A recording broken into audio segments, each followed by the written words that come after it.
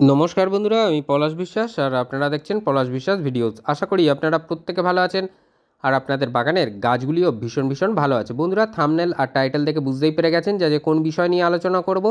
হ্যাঁ বন্ধুরা, বেলি ফুল গাছে দ্বিতীয়বার প্রচুর পরিমাণে ফুল আনতে হবে, প্রচুর পরিমাণে ফুল আসবে, গাছ ঝোপালো হবে আর অজস্র ডালপালা আসবে। সেই কেয়ারটাই আজকে দেখাবো। এই কেয়ারটা আপনাদের বাগানে ঝটপট করে ফেলুন। প্রচুর পরিমাণে ফুলে ভরিয়ে রাখবে আপনার বাগানকে বেলি ফুল গাছ। তো দেখুন আবার পুনরায় কুঁড়ি আসতে শুরু করে দিয়েছে। একবার পুরো গাছ ভরে ফুল হয়ে গেছে, তারপরে দ্বিতীয়বার কিন্তু আবার বেলি ফুল গাছে কুঁড়ির দেখা মিলছে। তো এই সময় যেটা করতে হবে, সবার প্রথমে যারা এখনও চ্যানেলটি সাবস্ক্রাইব করেননি, প্রতিদিন সন্ধ্যে 6টায় বাগান সংক্রান্ত ভিডিও আসে, অনুপ্রেরণা পাবো আপনারা যদি সাবস্ক্রাইব করে রাখেন চ্যানেলটিকে, এবং আপনারাও আশা করি উপকৃত হবেন, কারণ প্রতিদিন সন্ধ্যে 6টায় বাগান সংক্রান্ত ভিডিও আমার চ্যানেলে আসে।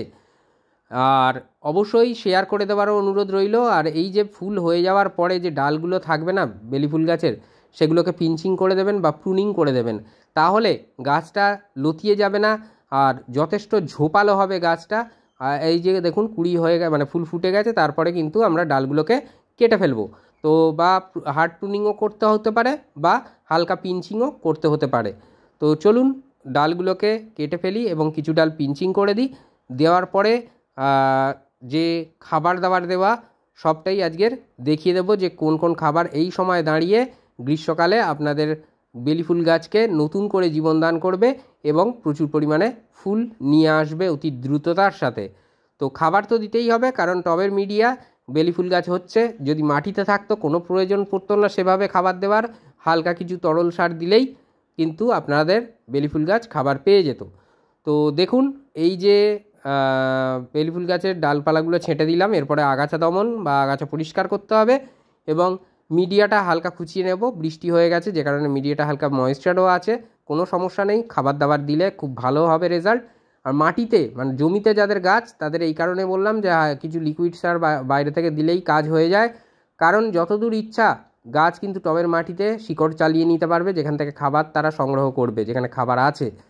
কিন্তু টবের মাটি যেহেতু সীমিত, টব যেহেতু সীমিত জায়গার মধ্যে, সেই কারণে বাইরে থেকে এই ধরনের মিক্সড খাবার আমাদেরকে কিন্তু মাসে একবার করে প্রদান করতেই হবে। তো সেই জন্য এই খাবারটা গাছের টবের মাটিতে যাতে বরাদ্দ থাকে, সেই জন্য মাঝে মাঝে আমি দুবার করে খাবার দিতে বলি।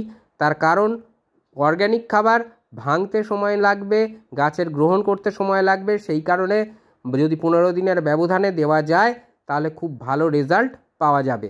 তো টবের মিডিয়াটা খুঁচিয়ে নিচ্ছি, খুঁচিয়ে নিয়ে এখানে কিন্তু গাছ প্রতিস্থাপন করব। অনেকে প্রশ্ন করেন, তাই টবের মিডিয়া সম্পর্কে একবার বলে দিই। যারা নতুন বসাবেন বেলি ফুল গাছ এনে, আপনার বাগানের যে মাটি আছে 50 ভাগ ভরে নেবেন টবের, তার সাথে নিয়ে নেবেন 30 ভাগ কম্পোস্ট। যে কোনো কম্পোস্ট হতে পারে, ভার্মি কম্পোস্ট হোক বা 1 বছরের পুরনো গোবর সার। তাহলে একটা টবের প্রায় 80 ভাগ বা 80% ভরে গেল। বাকি যে 20% পড়ে থাকবে, 10% নেবেন ধানের চিটে বা কোকোপিট, আর 10% নেবেন লাল বিল্ডিং কনস্ট্রাকশনের মোটা দানার বালি। এই নিয়ে টবের মিডিয়াটা খুব ভালো করে মিক্সড করে নেবেন, দেখবেন ভীষণ ভালো রেজাল্ট কিন্তু আপনারা পাবেন আপনাদের বেলি ফুল গাছ থেকে। যত উচ্চ জল নিকাশিযুক্ত মাটি হবে টবের গাছ তত ভালো হবে। তো এখানে কী কী খাবার নিয়েছি দেখে নিই। এখানে নিয়েছি এই যে দেখছেন লেদার মিল, এটা 1 টেবিল চামচ পরিমাণে রয়েছে, 10 বা 12 ইঞ্চ টবের জন্য বলছি। নিমখোল 1 টেবিল চামচ পরিমাণে রয়েছে। সিঙ্গেল সুপার ফসফেট 1 টেবিল চামচ পরিমাণে রয়েছে। এছাড়া রয়েছে ম্যাগনেসিয়াম সালফেট বা এপসাম সল্ট, এটা 1 চা চামচ পরিমাণে আছে। আর এরপরে যেটা ভীষণভাবে দরকার সেটা হচ্ছে অনুখাদ্য বা মাইক্রোনিউট্রিয়েন্ট। এটা হচ্ছে টবের মিডিয়াতে দেওয়ার জন্য, এটা জিআর দানা, যা অনলাইনে বায়োজাইম নামে পেয়ে যাবেন, 1 চা চামচ রয়েছে। এটা বোন ডাস্ট বা হাড় গুঁড়ো, এটা 1 টেবিল চামচ পরিমাণে রয়েছে। ডিএপি এখানে যেহেতু গুঁড়ো গুঁড়ো হয়ে গেছে দানাগুলো, তো সেই জন্য আমি তবুও বলে দিই 10 ইঞ্চি টবের জন্য 12 থেকে 14 দানা। আর 1 টেবিল চামচ পটাশ। তো এই লাল পটাশের পরিবর্তে যদি কেউ অর্গ্যানিক পটাশ ব্যবহার করেন, ভীষণ ভালো রেজাল্ট আপনারা পাবেন। তো অর্গ্যানিক পটাশ ব্যবহার করতে পারেন। এইভাবে ভালো করে মিশিয়ে নিতে হবে। যে সমস্ত খাবারগুলো দেখাচ্ছি এটা মাসে 2বার অর্থাৎ 15 দিনের ব্যবধানে প্রদান করলে ভীষণ ভালো রেজাল্ট আপনারা কিন্তু আপনাদের বেলি ফুল গাছ থেকে পাবেন। দ্রুততার সাথে গাছ যেমন বৃদ্ধি পাবে, দ্রুততার সাথে তেমন কিন্তু গাছে ফুল নিয়ে আসবে। তো এইভাবে মিক্সড খাবারটা 15 দিনের ব্যবধানে দেবেন। এখানেই কিন্তু শেষ হলো না, আরও খাবার দিতে বলবো যেগুলো তরল সার। সেই রকম তরল সার যদি আপনারা প্রদান করতে পারেন আপনাদের বেলি ফুল গাছে, তাহলে কিন্তু এই খাবার দেওয়ার পর সেই বেলি ফুল গাছ থেকে কিন্তু অজস্র পরিমাণে ফুল আপনারা পেয়ে যাবেন। সহজে মানে সুস্থভাবে বাগান করতে গেলে চিন্তা মুক্ত হয়ে বাগান করুন, ভালোভাবে বাগান করুন, মন ভালো রাখার জন্য বাগান করুন। আর এই সমস্ত খাবার যেগুলো দেখাচ্ছি কোনোটাই কিন্তু বেশি দাম নয়, সারের দোকানে গেলে আপনারা পেয়ে যাবেন অতি সহজে। তো দেখুন রিং করে নিয়েছিলাম, সেইখানে খাবারগুলো দেব, দিয়ে মাটি চাপা দিয়ে আমরা কিন্তু জল দিয়ে দেব। তো যেটা বলবো যে এই খাবার টবের মিডিয়ায় দেওয়ার পরে ঠিক 5 দিন পরে টবের মিডিয়ায় বাদাম খোল ভেজানো জল বা সরিষার খোল যারা ভেজান, সরিষার খোল ভেজানো জল আপনারা দেবেন। সরিষার খোল ভেজানো জল হলে আপনারা 10 দিনের ব্যবধানে বেলি ফুল গাছের প্রদান করতে পারেন মাটিতে, আর যারা বাদাম খোলের জল দেন তারা সপ্তাহে একবার করে দেবেন। দেখবেন ভীষণ ভালো রেজাল্ট আপনারা পেয়ে যাবেন। আর এর পাশাপাশি যেটা আরেকটা জিনিস তরল সার দিতে বলবো সেটা হচ্ছে কলার খোসা বা পেঁয়াজের খোসা, যে কোনো একটা 3 দিন ভেজাবেন আপনারা, ভিজিয়ে সেই জলের সাথে সাধারণ জল মেশাবেন, মিশিয়ে টবের মিডিয়ায় আপনারা সপ্তাহে 2 বার করে দিতে পারেন।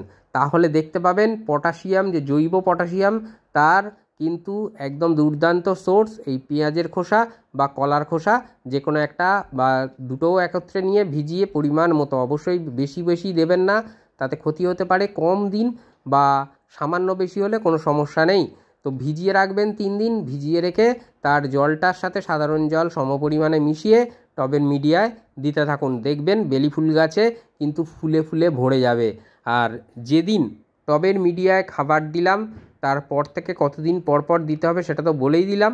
আর এই খাবারটা রিপিট করবেন 15 দিন পরে, তখন আবার কিন্তু সার্কেল আকারে বা চক্রাকারে যে তরল সারের কথাগুলো বললাম সেগুলোও কিন্তু দিতে থাকবেন। আর অবশ্যই গাছের পাতায় এবারে কিছু ফোলিয়ার স্প্রে করতে হবে। তার আগে দেখুন এটা সবজির খোসা ভেজানো জল, তো যতটা জল নিয়েছি তার সাথে হাফ জল সমপরিমাণে সাধারণ জল মিশিয়ে নিয়েছি, নিয়ে কিন্তু এইভাবে দিয়ে দিলাম খাবার দেওয়ার পর। এটা আপনারাও দিতে পারেন, খুব ভালো রেজাল্ট হবে। যে কোনো সবজি খোসা ভেজানো জল 3-4 দিন ভেজাবেন, ভিজিয়ে রেখে সেই জলটা নিয়ে আপনারা কিন্তু টবের মিডিয়ায় দিয়ে দিতে পারেন। আর যেটা এবার পাতায় স্প্রে করার কথা বলবো সেটা হচ্ছে মাইক্রোনিউট্রিয়েন্ট বা অনুখাদ্য। যে কোনো অনুখাদ্য দিতে পারেন, আমি বায়োভিটা-এক্স দেখাচ্ছি মানে এটাই দিতে হবে তা নয়। আপনারা আপনাদের কাছে যে অনুখাদ্য বা মাইক্রোনিউট্রিয়েন্ট আছে সেটাই কিন্তু প্রদান করতে পারেন। আর এটা মাসে 2 বার প্রদান করতে পারেন, 15 দিনের গ্যাপ থাকবে, এইভাবে প্রদান করবেন। আর টবের মিডিয়ায় যেদিন খাবার দিলেন তার থেকে ঠিক 2 দিন পরে এই অনুখাদ্য গাছের পাতায় স্প্রে করে দেবেন। তাহলে দেখবেন দুর্দান্ত রেজাল্ট আসছে এবং ফুলে ফুলে আপনার বেলি ফুল গাছ ভরে যাবে। আর এছাড়াও আপনাদেরকে বলবো প্রচণ্ড গরম, প্রচণ্ড উত্তাপ, তাই সেই কারণে টবের মিডিয়ার উপর মালচিং করে দিন। এই বিষয় নিয়ে রিসেন্ট একটা ভিডিও আনবো, যে জিনিসগুলো দিয়ে আপনারা মালচিং করলে গাছের শিকড়ের কোনো ক্ষতি হবে না, পাশাপাশি গাছ কিন্তু তার প্রয়োজনীয় যে নিউট্রিশন, যে খাদ্যগুণ সেগুলো পেয়ে যাবে। তো চোখ রাখবেন অবশ্যই, প্রতিদিন সন্ধ্যা 6টায় বাগান সংক্রান্ত ভিডিও আসে কিছু না কিছু বিষয় নিয়ে। তাহলে সেইগুলো যদি দেখতে থাকেন, সেই মতো যদি কেয়ার করতে থাকেন, আশা করি আপনার বাগান ফুলে ফুলে ভরে থাকবে সব সময়। তো মন ভালো থাকতে গেলে, পৃথিবীটাকে চিরসবুজ করতে গেলে আমাদের প্রত্যেককে করতে হবে বাগান। আর সহজে বাগান করতে গেলে আপনাকে দেখতেই হবে পলাশ বিশ্বাস ভিডিওস। তাই বলবো মন থাক চিরসবুজ, পৃথিবী হোক সবুজময়। এই বলে আজকে এখানেই সমাপ্ত করছি। আবার আসবো আগামীকাল সন্ধ্যে 6টায় নতুন কোনো ভিডিওর সাথে। ততক্ষণ সকলে সুস্থ থাকুন, ভালো থাকুন, প্রচুর পরিমাণে গাছ লাগাতে থাকুন। হ্যাঁ বন্ধুরা, আমাদের কথা তো ভেবে অবশ্যই আমাদের ভবিষ্যৎ প্রজন্মের কথাও কিন্তু আমাদের ভাবতে হবে।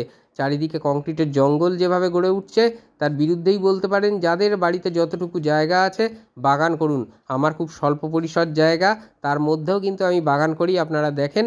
এবং আপনাদের সকলকে বলবো যে বাগান করুন, বাগানের বিকল্প কিছু নেই। জীবনদায়ী অক্সিজেন যেমন পাবো, তেমন কিন্তু মন ভালো রাখার বিকল্প এর থেকে আর কিছুই নেই। যে সহজে বাগান করতে গেলে সুন্দরভাবে বাগান করতে হবে। আর যেমন এই বাগানের সামনে গিয়ে দুদণ্ড দাঁড়ালে দেখবেন আপনার মনোকষ্ট বলুন বা শারীরিক কষ্ট সবটাই কিন্তু দূর হয়ে যাচ্ছে। হ্যাঁ বন্ধুরা, তো আজকের এই পর্যন্তই। আবার আসছি আগামীকাল ঠিক সন্ধ্যে 6টায়। ততক্ষণ সকলে সুস্থ থাকুন, ভালো থাকুন, আর অবশ্যই দেখতে থাকুন পলাশ বিশ্বাস ভিডিওস। মন থাক চিরসবুজ, পৃথিবী হোক সবুজময়। নমস্কার বন্ধুরা।